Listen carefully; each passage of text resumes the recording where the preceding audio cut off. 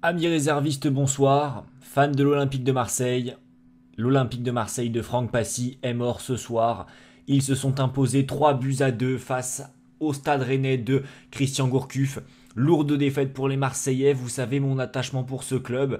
J'ai beaucoup de mal à faire ce débrief, je vous cache pas que je le fais pour vous débriefer ce match. Match que je n'ai absolument pas envie de débriefer vu les conséquences de ce match, mais je vais quand même le faire. Donc voilà l'Olympique de Marseille qui retournait sur ce 4-2-3-1 qui lui allait si mal en fait depuis le début de saison, et pourtant ils l'ont reconduit, ils ont remis Iseka Leya sur le banc. Alors certes c'est pas le meilleur joueur du monde, mais le 4-4-2 qu'on alignait marchait bien. Passy ne le reconduit pas. Dès le début, blessure de Sakai. On aligne Zambo Anguissa côté droit à la place de Sakai. Ça n'a pas été le plus gros problème, vous le verrez plus tard. Donc voilà, dès le début du match, on se fait dominer. Enfin, l'OM se fait dominer très largement par le Stade Rennais. Aucune frappe cadrée dans les 40 premières minutes de jeu, je crois. Et c'est Giovannicio qui, lors d'une erreur du Bocan, et vous allez voir, ce ne sera pas sa seule erreur, marque à la 41e minute de jeu le premier but. Ensuite, c'est Bafétimbi Gomis qui, juste avant la mi-temps, un peu contre le cours du jeu, égalise sur penalty provoqué par Florent Thauvin. Donc voilà, mi-temps, il y a 1-1, on est dans un match vraiment dégueulasse.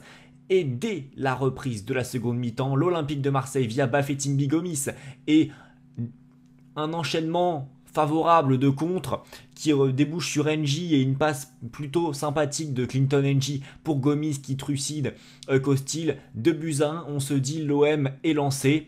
Problème, Machache qui je crois vers la 60e se prend un carton rouge totalement. C'est bête, c'est un carton rouge bête. Qu'est-ce que je voulais que je vous dise? Qu'est-ce que vous voulez que je vous dise? C'est un carton rouge bête comme on ne doit pas en voir dans le football. Un double carton jaune. Et donc là, c'est parti, les mecs. 85e minute de jeu. Hugo-chan, encore une fois, qui nous lâche un tacle, mais dégueulasse. Les pieds étaient décollés. Il s'est envolé dans les chevilles de balle. C'est fini. Ça fait donc penalty transformé par Grosicki. 2 buts partout. Et ensuite, c'est Unou qui venait juste de rentrer, qui à la 87e minute de jeu sur un centre met une tête. Défaite de l'Olympique de Marseille, 3 buts à 2. Et les mecs, que dire, l'Olympique de Marseille c'est faible, c'est ultra faible offensivement, il n'y a aucune combinaison, défensivement c'est ultra faible, à l'image d'un Ubokan qui ne sait pas défendre, qui n'est pas bon, que ce soit dans les relances, que ce soit dans le duel, si dans le duel c'est que ça, et même dès qu'il a un peu de retard, il va accrocher le maillot, il va faire une faute, il est dépassé tout le temps dépassé, il est lent, il est... Voilà, c'est très compliqué. Ensuite, Rekik qui retrouvait cette place de défenseur central en l'absence de Doria, il a fait ce qu'il pouvait. Ensuite, on a Zambo Anguissa à droite. Au final, qu'est-ce qu'on fait quand Machachi sort? On le met milieu de terrain et Bounassar, il est défenseur droit. Bounassar, Bouna tout droit Sar. Non, tu ne fais pas ça, tu fais pas ça quand tu es Franck Passy. Qu'est-ce qu'il y a? Cabella est invisible. Tu fais quoi? Tu fais rentrer qui? Bah non, tu le sors. Tu sors Florent Thauvin pour faire rentrer Bounassar. Alors, je sais pas. Passy, très mauvais coach. L'Olympique de Marseille, c'est mauvais, c'est très mauvais. C'est une équipe très mauvaise qui se repose sur des rares individualités qui font la différence, telles que Bafétimbi Gomis, telles que Clinton NG, dans les très rares éclairs de génie qu'il a. De l'autre côté, il y a Florent Thauvin qui essaye de faire quelque chose, mais on le sent encore limité, le Florian. Cabella qui est invisible. Machache est vainqueur, c'est les deux bouchers derrière, tu sais que dès que tu passes, ils vont te tirer le maillot. Machache, son match, il l'a fait pendu au maillot de Gourcuff, pendu. Et ensuite, vainqueur, il est nul. Vainqueur, il est zéro. Zéro vainqueur. Machache, encore, il est jeune. Et en plus, il est pas trop mauvais. Bon, il se prend les 2 cartons jaunes. On sait qu'il est un peu psychologiquement attardé, le jeune. Mais c'est pas grave. Vainqueur, il est dégueulasse. Qu'est-ce que tu veux que je te dise? Ensuite, défensivement, on est dégueu. Pelé, il nous fait une parade sur 8. Donc bon, quand il les fait, c'est sympa. Mais sinon, c'est des long shots de Cyprien. Et ensuite, c'est fini. Qu'est-ce que tu veux que je te dise? C'est fini, tout simplement.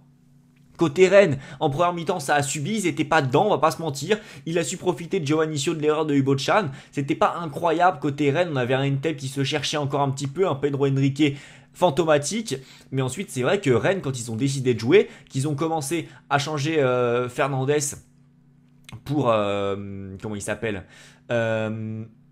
pour Erasmus, etc. On a senti qu'ils allaient plus vers l'avant. L'entrée de Grosicki a été déterminante. Il a dynamité le jeu de cette équipe qui avait un peu du mal à se mettre en place. C'est pas non plus un grand match de Rennes, hein. Ils ont certes marqué 3 buts, mais c'était pas incroyable, on va pas se mentir dans le jeu.